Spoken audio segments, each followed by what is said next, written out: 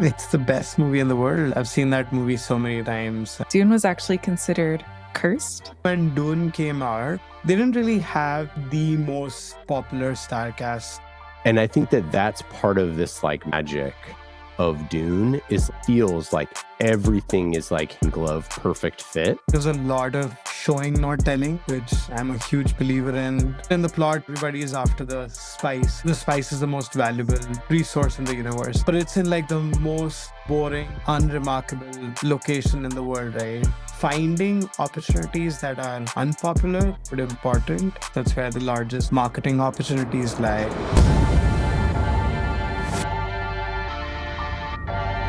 This is the best thing I've ever seen. Let's talk about that. Listen to this. Listen to this. Memorable? Well, then be less boring. Boring?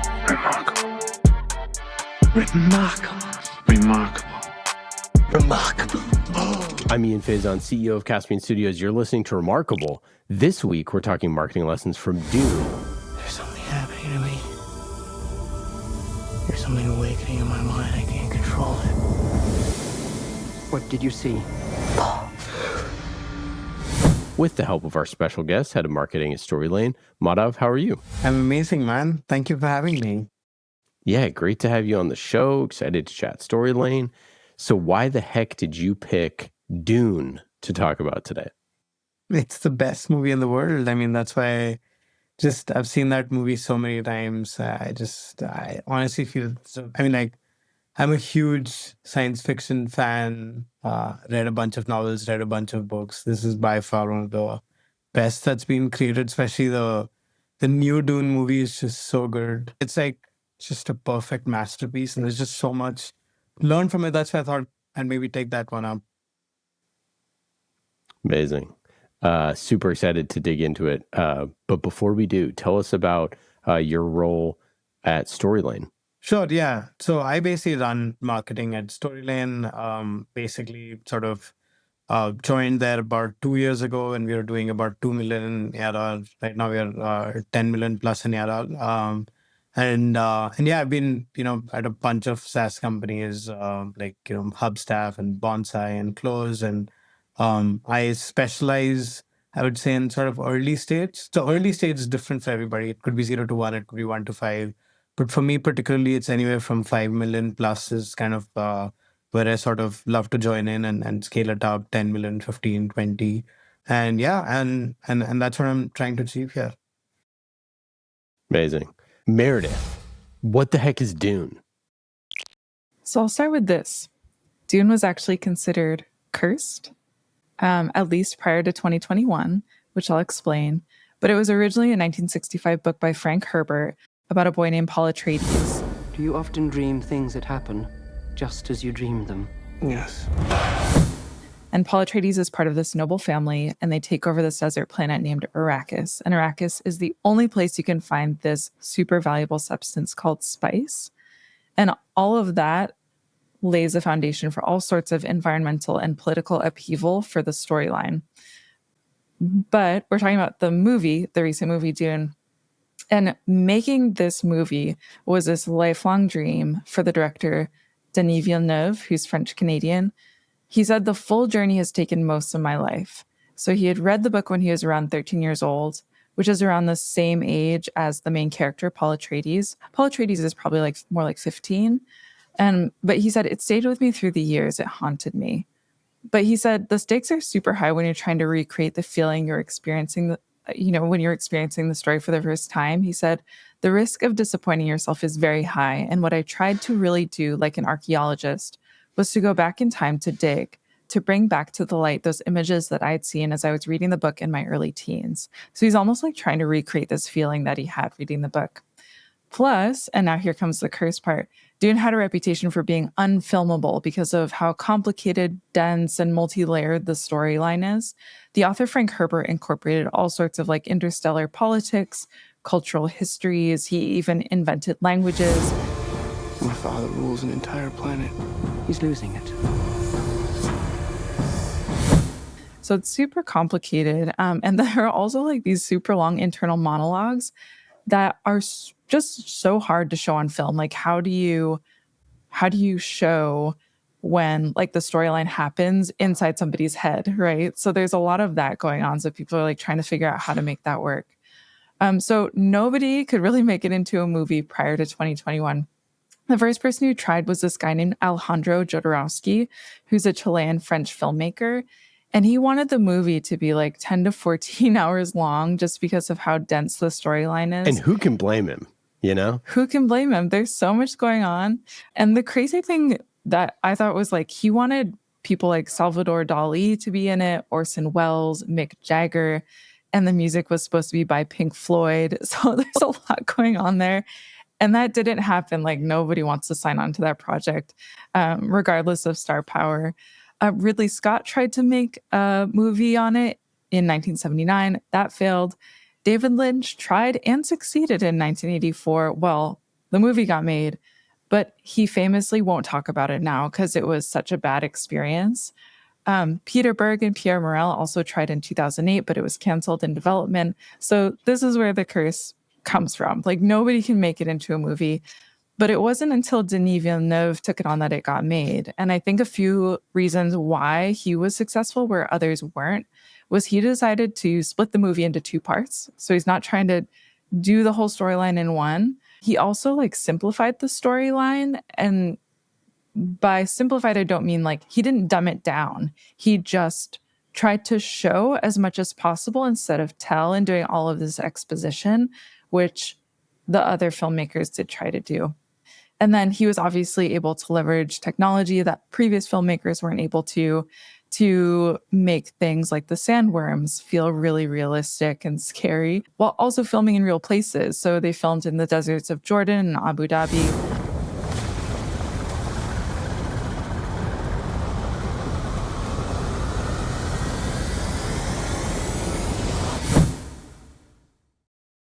The sets that they built were like massive and super detailed. So he really did like world building for this and finally had like the technology and the team to make it happen.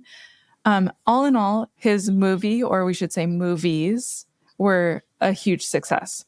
The first one brought in over $400 million in the global box office, while the second brought in over $700 million. The first was nominated for over 10 Academy Awards, winning 6, which included like Best Cinematography, Best Visual Effects, Best Sound, Best Film Editing.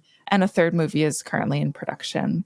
So has been a huge success, like not just like got made, but has been hugely welcomed. And people who've read the book love the movies. And so Madhav, I'm wondering if you said you loved the movie. Did you start by reading the books?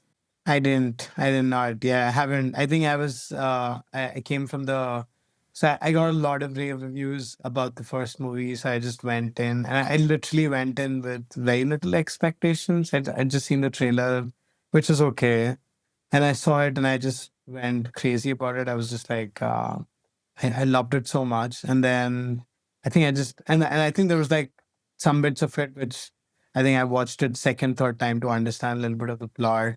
And then I just went into like the whole Dune sort of wiki, going deeper into like the characters and all of that. And then Dune 2 came, which honestly, I don't know how somebody could, top Dune, and then Dune 2 like topped it, like probably the best science fiction sequel that ever came. So the sequel was insanely good. And then I think, I don't know if you all know, but they actually came with a TV series called Dune the Prophecy, which is kind of like before Dune's events. This is kind of like, I don't know if there's I think it's taking inspiration from the novel sort of plot, but like taking a different sort of, the whole sisterhood and basically taking and expanding into it 1,000 years earlier, which is also really, really good, really well made. So that's why I've just been digging into it. I've seen the old movie, the one in 1984, and I could see the difference between, what you're talking about, like showing, not telling. Like I really like the way that Yeah. And that you could totally see in the 2021 movies. Because if you see the size of the sandworms in the 1984 movie, it's ridiculous. When you say it's an amazing science fiction movie, like what stood out to you? Because you mentioned that you love sci-fi. Yeah, I think it's there's a lot of times science fiction, well, I wouldn't say it's predictable, but you can sort of predict some sort of pattern. I think this is a very fresh plot. Like, even especially the first movie I saw, the ending wasn't like necessarily, some like massive war being won or some, huge thing that's kind of happened, right? Like, it was just like, it was a very different plot line. It was a very different sort of, you're constantly guessing what's science fiction about it, apart from it this being on a different planet, right? And sometimes there's like this voice that comes in, sometimes there's like a different alien races coming in, sometimes you're talking about time travel. One day, a legend will be born. All of civilization depends on it. So you can never predict what's going on. Essentially, like when when like Paul Atreides starts getting the flashes, right? You're like, you still piece Yeah. together the plot quite a bit. To be honest, like really, what is it leading up to? Which was really refreshing to me. Okay, let's get into some B2B takeaways about Dune. What do you think, Madhav? B2B takeaways. Yeah, I think the first one definitely is. I liked how how Meredith basically sort of explained it, right? Like, I think there was a lot of showing, not telling, which I'm a huge believer in. We also do that, whether that's with, with our products as well, right? Like, I think there's a lot of companies that just love telling their products. You've seen the B2B website homepages that just full of jargon. They're explaining the product, and I think now is the time to actually like show the product. Like, there's all sorts of different ways to do it. A lot of people are doing, sometimes, and like it's weird today that when I see websites with stock imagery, and like sometimes like product screenshots with like fake data and all of that, right? Like, I think there's so much more you can do, whether that's with interactive demos or whether that's with, very interesting top of the funnel explainer videos. There's very interesting ways you can sort of show the product. And I think people like that, and buyers are actually now definitely expecting that in B2B. And we have the data that also proves it. So that was one takeaway, right? Sort of like, don't let people imagine, like actually just show it to them. I think another interesting takeaway for me, which is more inside the plot itself, is, in the plot, like everybody is after the spice, right? They're all like, the spice is the most valuable resource in the universe, right? And basically, but it's in like the most boring, unremarkable location in the world, right? And I think my realization over my career in terms of like where the like really the biggest opportunities lie are in like the unpopular but important projects. The largest career growth lies. That's where the largest sort of customer growth lies. That's where the largest sort of marketing opportunities lie. So, like, for example, if I were to just sort of go back into B2B websites, right? I'm just going to take a simple example, right? What is extremely popular, right? Is like across the organization, is the homepage, is the visual rebrand, it's, the pricing page, it's the demo page. Everybody has attention on it, and they're very important as well. But what's very important that's largely remains untouched are the product pages, right? The ones that actually bring in conversions, right? And if you tackle that, it's something that nobody wants to tackle, but if you tackle that, you can have an impact, right? So that's just a simple example of finding opportunities that are unpopular but important, and you can actually do a lot there.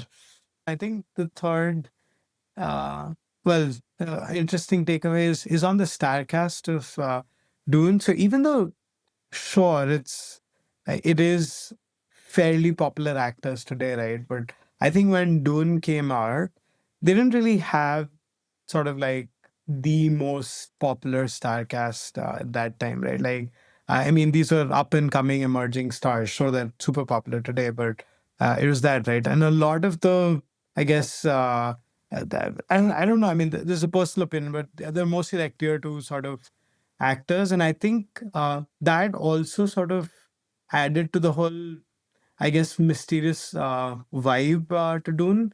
And like my takeaway from that and through my career as well is that, anytime I've gone with like either it's a very popular influencer or a very popular, I would say speaker or a very popular book author or a very big person that I interviewed. Those episodes, the way I thought they would perform, didn't really perform that well. But what's funny is that the people that are relatively unpopular but have done incredible work are the episodes that did fantastic, right? And that's kind of like the correlation I have as well.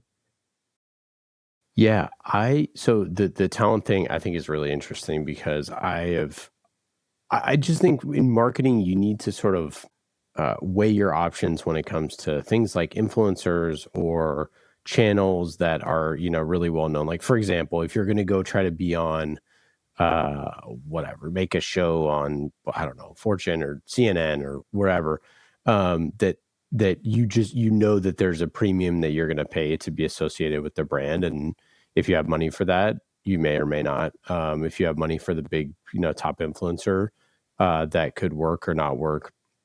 But I think that a lot of times you see the like big breakout hits were because people took a chance on someone who was not necessarily as big of a, star or as big of a channel. And I think that that's really important. And not to say that the other ones aren't super important. The reason why you go do that is because it's a little bit more known. So you're like, quote unquote, ROI might be, more of like a 2x or 3x type plan, but might not be, 10x because you just have to invest a lot more in it. But but the guarantees and the safety of, having a powerful brand with it or having a powerful star with it, you know that it's going to land well. The other thing is that big stars can achieve like massive results, right, too. So those can break out in a way that's much bigger as well. So it's not just, if you're going to big star, like a big star could also achieve a 10x or a 100x result as well. But the difference is that you probably just can't make as many of those bets. And so, like one of the bets that I love, I talked to CMO years ago about they invested in Oracle Arena and in the Warriors. And I think their contract started in like 2012 or something like that for Kaiser Permanente. And so they had this like amazing Warriors sponsorship at Oracle Arena. And then, of course, Steph Curry becomes Steph Curry and the Warriors win all these championships. And they were locked into like, it was a slightly longer term deal and ended up being this like massive success. And it's like, you can take that lesson and you can make an investment that's similar, but like trying to like read the tea leaves of what sports team is going to be good is pretty impossible, trying to find a generational superstar.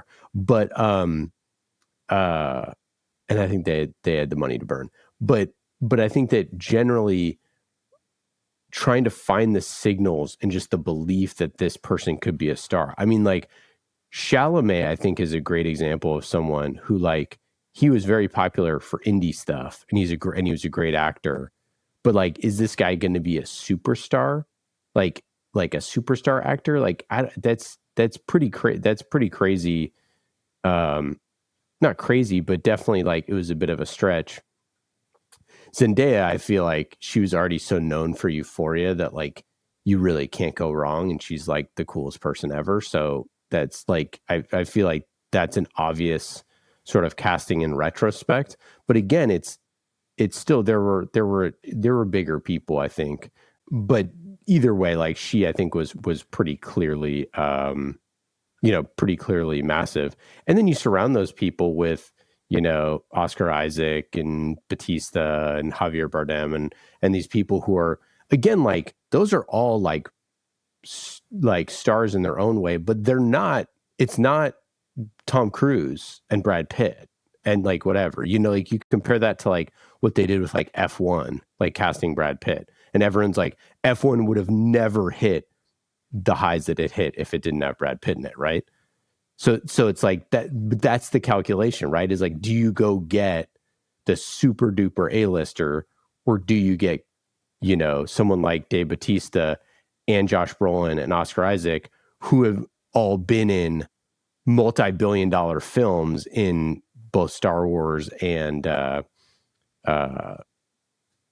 and the MCU, and Javier Bardem obviously being in, and he was in Bond and obviously like No Country, and it's famous. So like, but again, that's filling the roster with like really talented people, but again, not like super duper A-listers, right? But it's people that everyone knows who they are. And I think that that's part of this like magic of Dune, is like, it feels like everything is like hand in glove, perfect fit. And then because of that, you know, Chalamet is sort of elevated, and he's a star, obviously, but like, I think is elevated a little bit by that. So I think that that's like a good lesson. I'm rounding into the lesson here, which is sort of that you could sort of go for maybe like a slightly less high sort of like tentpole star and fill it in with a cast of people that are also well known, and that whole thing can help like, you know, raise the tide for everybody. And I think that that's just like, that's a very Hollywood way to do things, to have a really great, you know, cast like that, and an ensemble cast. But in B2B, it just is a lot harder, right? But you do see people do it. You see people go and get 5 or 6 or 7 influencers together, rather than go and get, you know, the one huge name in their space. Yeah, 100%. Like we do that all the time. I think it's like, first of all, I agree with everything you said, and I don't think I have anything to add there because you just put it so eloquently. But I think, yeah, with the influencers as well, it's like we invest, like I'm investing almost $500,000 in the influencer program at Storylane this year. And it's like, it's just focused on micro influencers. So we're looking at like 10K to 100K followers sort of thing. And it's just performing really well, because then it's like you get more chances for hits. And I think we figured out a way to kind of find if we can find a hit without actually getting an A-lister, because A-listers are, just so expensive. And yeah, my experience has just been that the results haven't been that great. Of course, it varies, but like, yes, if it works, it's going to work insanely well. But like, I would say like 8 out of 10 times it won't work. And then it's kind of like you basically burnt the budget that you could have put on with 10 influencers that could have gotten like around 10x better results or something. That's just been my learning. But yeah. Well, and and I'm curious what you think here. My thought on this is that historically, and I think this is going to change, I think historically companies only had the budget to make big bets for like 1 or 2 big bets like that. Whereas I feel like in the future, my take on this is that like you're going to be able to make 10. I think that just like the way that technology is changing and go-to-market is changing, and with AI and the way that you can, you know, cobble together certain things to get something that's so much more production grade, ready, cool, you know, whatever, that you could actually make more quote unquote smaller bets that feel like bigger bets. And I think that the best teams are going to be doing a lot more of that, rather than just saying like, hey, this is our big campaign of the, you know, of the year, and then just run that. I think that I don't know what you think there, but like, I just feel like that so often it was like, oh, we're going to run this one big campaign and we're going to get it to everybody. Whereas like, I don't know if that's the right strategy. Oh yeah, absolutely. I think, I mean, and there've been a couple of examples, that I've seen this year is like, I think people are a lot more cautious right now. Like, if you just go with a big campaign, but there are like examples of people sort of going with like these smaller bets at a sort of larger scale, and like different channels. Like, for example, with podcasts, right? Like you could have the podcast with literally A-listers all of the time. And there is one which is actually underperforming versus another podcast. I don't know if you've heard of the HF's podcast, but they do like these.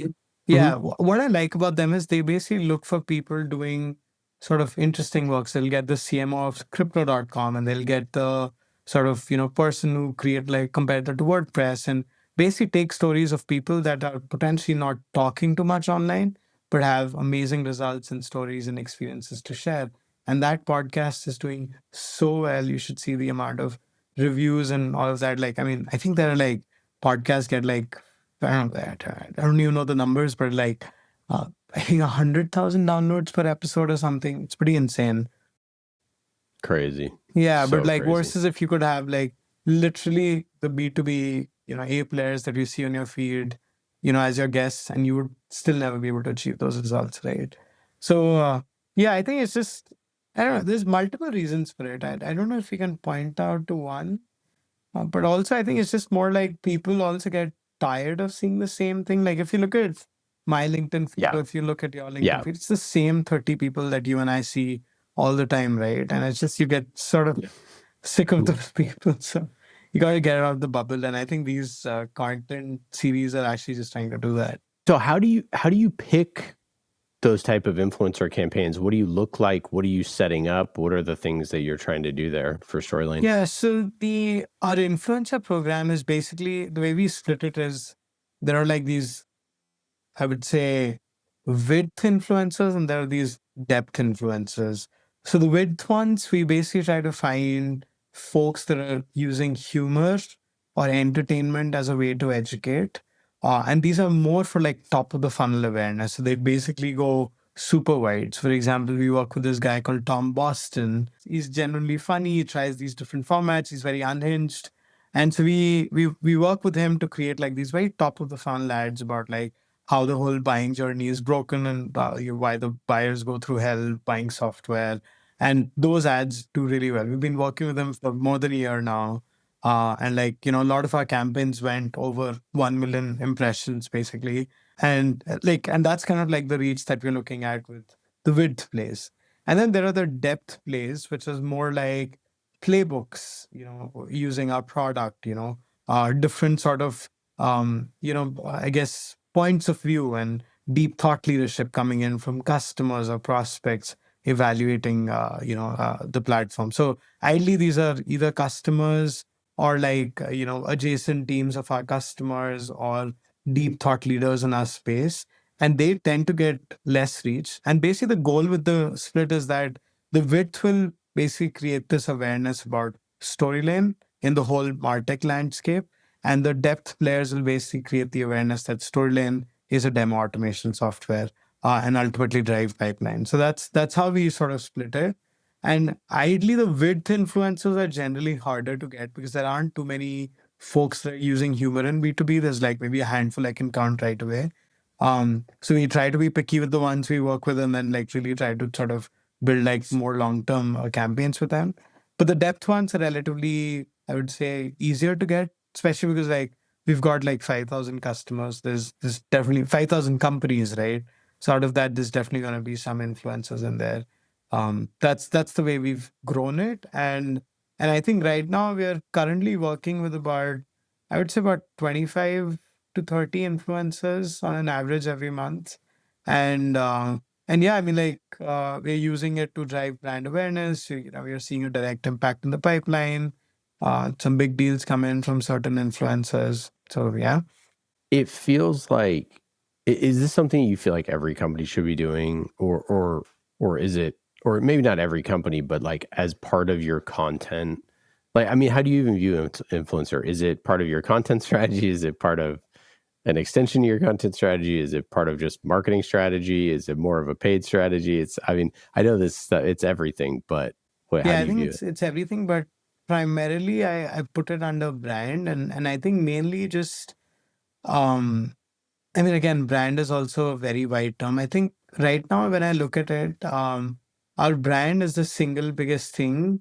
It's been our single biggest growth channel. I'll tell you that. Like in the sense like our brand awareness grew 7x. Like if I could put in numbers, 1,500 people searching for Storylane every month to 10,000 people searching for Storylane every month consistently now. And we see that when people are searching for a brand, you become channel agnostic, right? So that's why like there's the whole power of brand. And then what we realized was there's a lot of with whatever all of the slop that was on Google or AI and all of that, right? There's a lot of people that are buying software from peer-to-peer recommendations. Like even if I ask you the last 10 tools that you purchased, right? A lot of them probably came from a conversation, whether that was in a CMO huddle or it was sort of at a conference or it was sort of somewhere you saw in an internal community or at LinkedIn, right? And you basically went and that was like the first place where you learned about the tool, right? And I feel very strongly about it. Like, I think peer-to-peer is the big one to go at, especially, with the cost to content down to zero, there's going to be just a lot of like fluff out there, right? So people just want recommendations.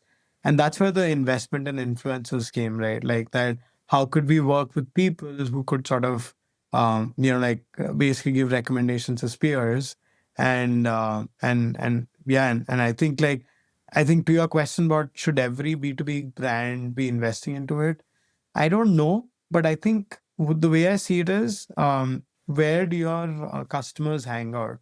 So for us, because we sell to marketers and salespeople, they all hang out on LinkedIn, right? So for us, there's a lot of influencers on LinkedIn, and we can actually reach our ICPs from there, right?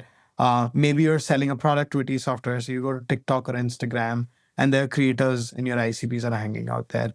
But let's say if you're selling, I don't know, a trucking software, or I don't know, like a field services, or any sort of that kind of company, then those people might not be online. So there, the influencer program might not make sense. So it completely depends. If the ICP is hanging out, and if you see there's an influencers there, like, go for it.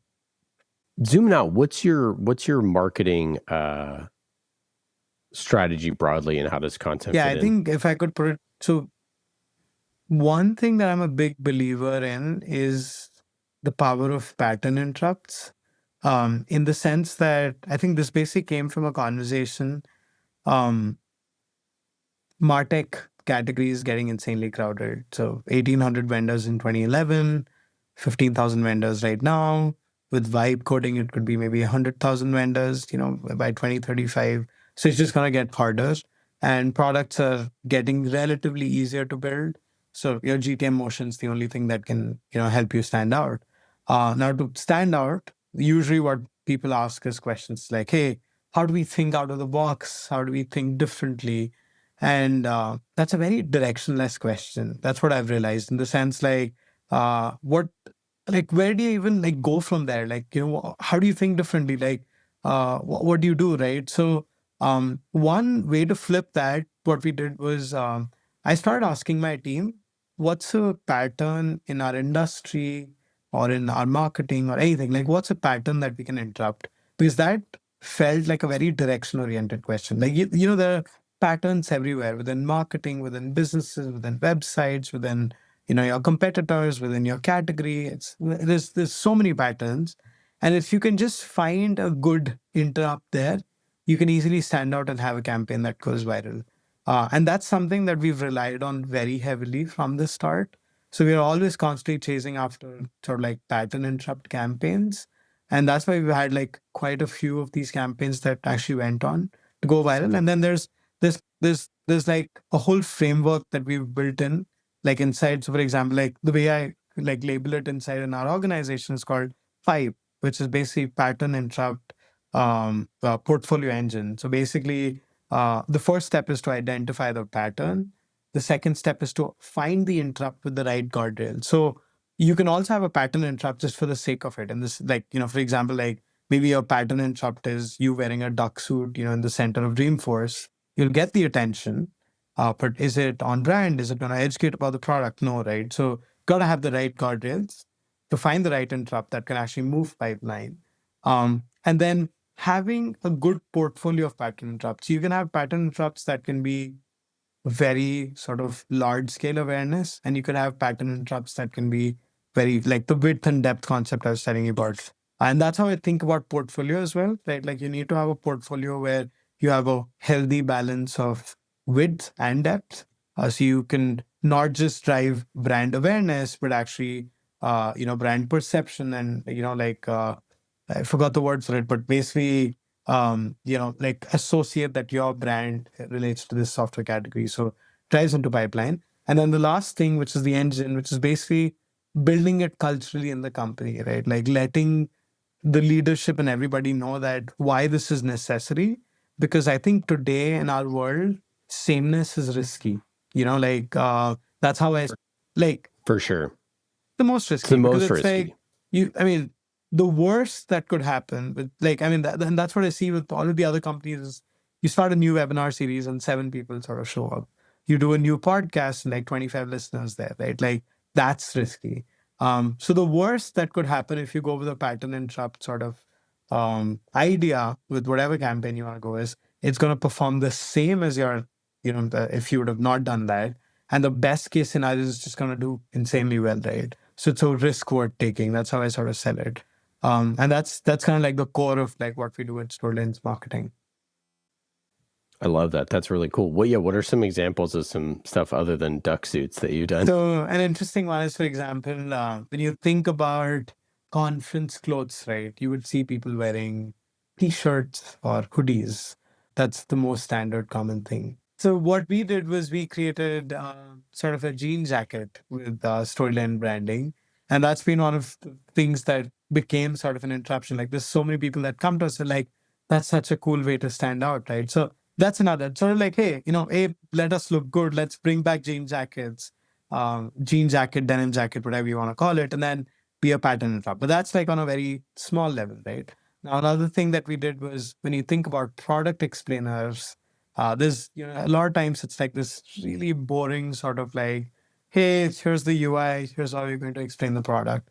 What we did was we hired a rapper and actually wrote the lyrics with our product UI and all of that and created a rap style product explainer video. And like, then there's a good brand recall, right? There's like a gazillion other examples. Like another one is, I don't know if you're big Office fans or not, but there's a show in there called The Dundies. Yeah.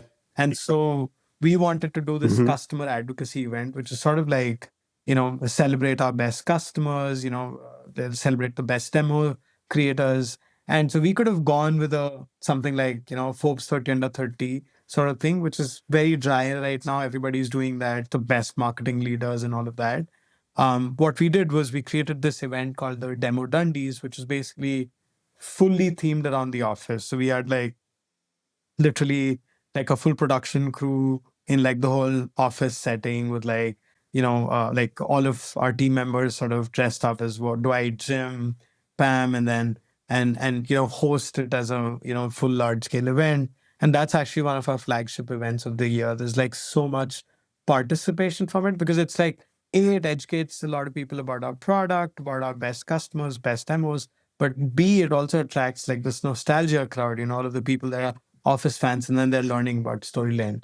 And that's sort of like another example of a pattern interrupt. Like how many times have you seen an Office themed webinar, right? But it is that. So these are like just different examples. Even like I can go in and on, like within conferences, if you go for swag, right? Everybody gives notebooks, pens, and bottles. Like I'm sure you have like tens of these, right?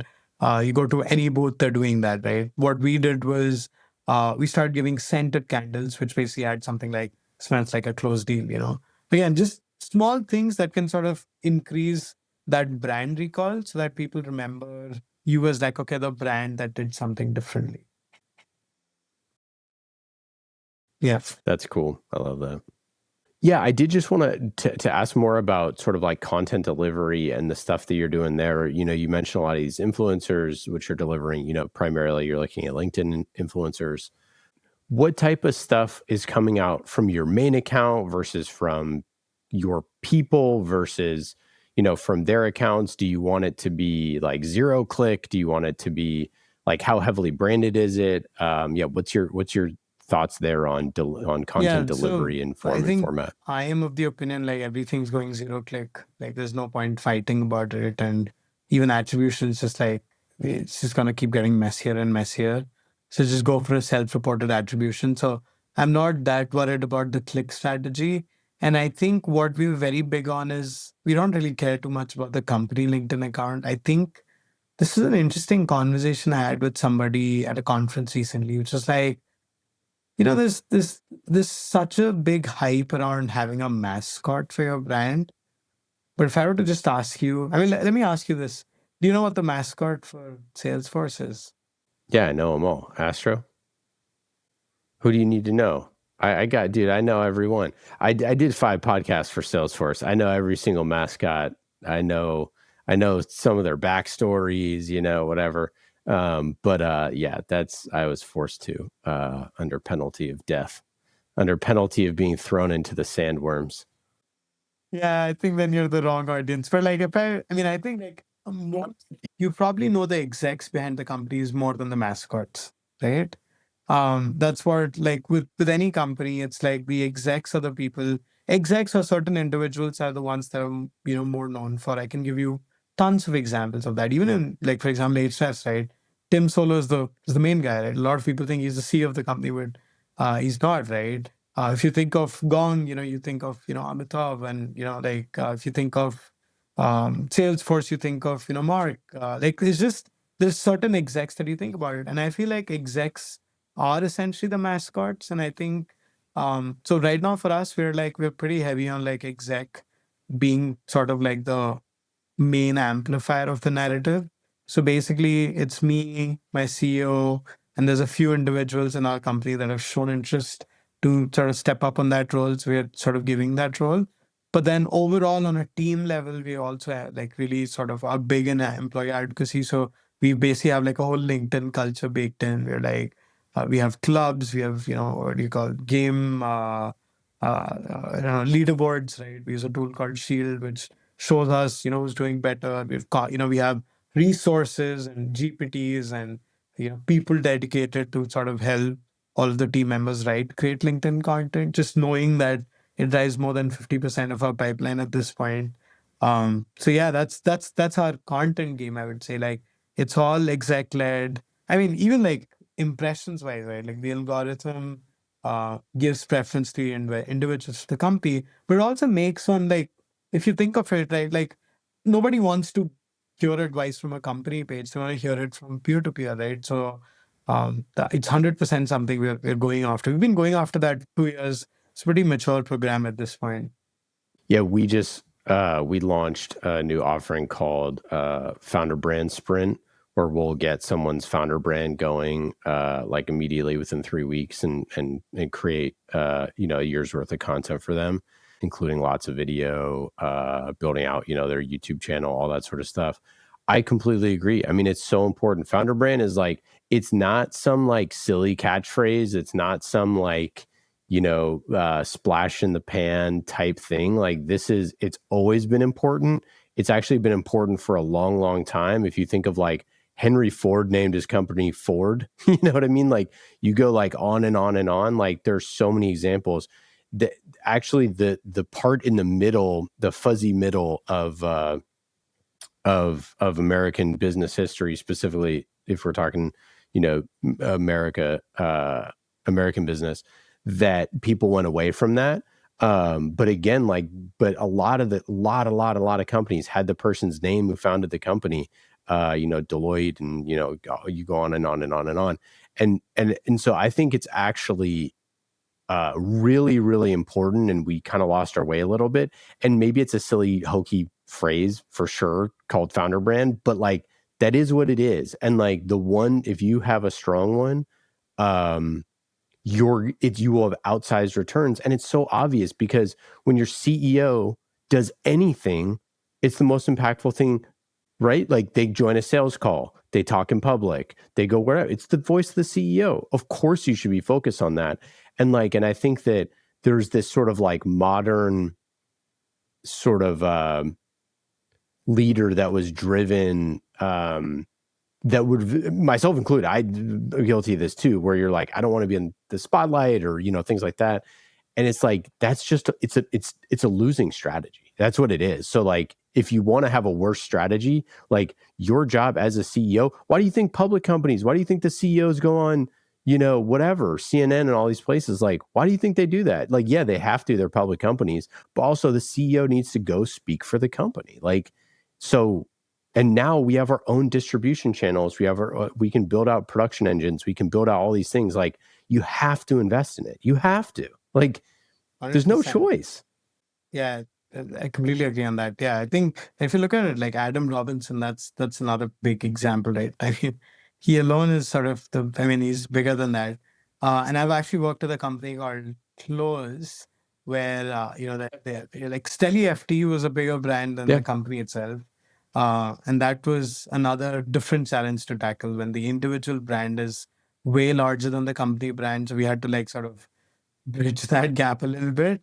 But it is 100% that like the founder brand is the main thing. If you do that well, like most of the good companies have used that as sort of like the primary distribution engine, I would say. Yeah. Yeah. And you see people like, oh, hey, 30% of our pipeline comes from CEOs' channels directly. You're like, that's crazy. I mean, that's like, what an advantage that those companies have. And all they got to do is just build a system and then publish, like it's so obvious, but yet, but it's hard, it's hard to show up. Madhav, wonderful having you on the show. For listeners, go check out Storylane. If you need to figure out demos, which everybody needs better demos, you can build killer demos in 2 minutes with Storylane. So go to storylane.io. Madhav, any final thoughts? Anything to plug? No, thank you so much. I absolutely love the concept about this show. I just love that how you've sort of, I think your show is a pattern interrupt in a sense. Like I've never seen a podcast where you've got like a movie reference being related to B2B. So great job in coming up with the concept for this. Thanks so much. We appreciate you being on the show. Talk soon.